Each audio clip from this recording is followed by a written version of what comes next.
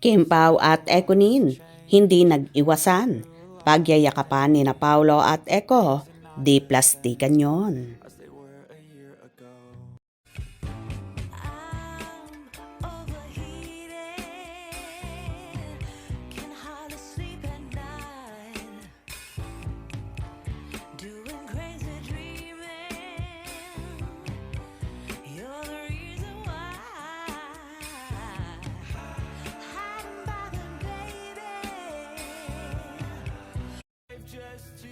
Literal, na maliit lang ang mundo ng showbiz. Kahit may gusto ka sigurong iwasan, wala kang choice. Makikita mo pa rin. Tulad ng nangyari kina Paulo Avellino, Kim Chiu, at Janine Gutierrez, Jericho Rosales sa birthday celebration ng View executive na si Garlic Garcia o mas kilala bilang Big Bad Bawang sa mga kaibigan niya sa showbiz. Of course, common knowledge ng mag-ex sina Paulo at Janine at maraming issues sa kanila kahit hindi naging open sa kanilang nakaraan.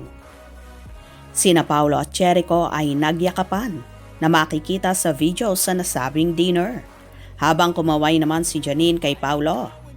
Meron ding group photo na magkakasama ang apat sa isang frame na andun ang iba pang mga bisita like Dr. Vicky Bello, Karen Davila at marami pang iba.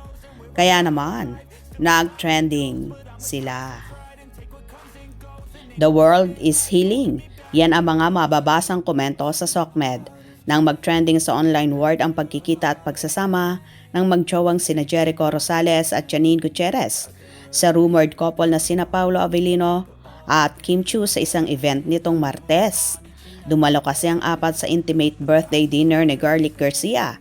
Halos magkatapat pa nga ang Kim Pao at Econin sa isang table na mukhang nag-i-enjoy naman ang lahat. Ang lakas ding maka-good vibes ng video kung saan makikitang nilapitan ni Paulo si Jericho para makipagkamay at yakapin ito ng mahigpit. Bineso rin ni Paulo ang ex-girlfriend niyang si Janine na katabi lang ni Eco. Bago pa man kasi magkaroon ng Kim Pao at Econin ay naging close na ang dalawang aktor. Kung matatandaan, gumanap sila bilang Nakpil Brothers sa 2015 kapamilya teleserye sa Bridges of Love. Madalas na ring magkasama ang dalawa sa mga pictorial dahil sa Bayaniverse movies na Quezon at Goyo, ang Batang General. Samantala, hinala naman ng Kim Pao fans, sinundo raw ni Pao si Kimi sa It's Showtime ng Martes dahil yun din ang damit na suot ng Chinita Princess. Color coordinated nga raw ang suot ng Kim Pao na black and white. At least dahil sa ayudang ito ay pare-parehong masaya ang fans ng magkabilang love team dahil nakita nilang wala naman pala talagang bitterness o iwasang nangyayari sa Kim Pao at Econin. Noon kasi ay nagkaroon ng isyong nag-iiwasan sina Janine at Kim dahil kay Pao. So sana wala na ring bardagulan ang fans sa online world. Ngayong nakitang nagbabatian naman pala ang Kim Pao at ang Econin, no?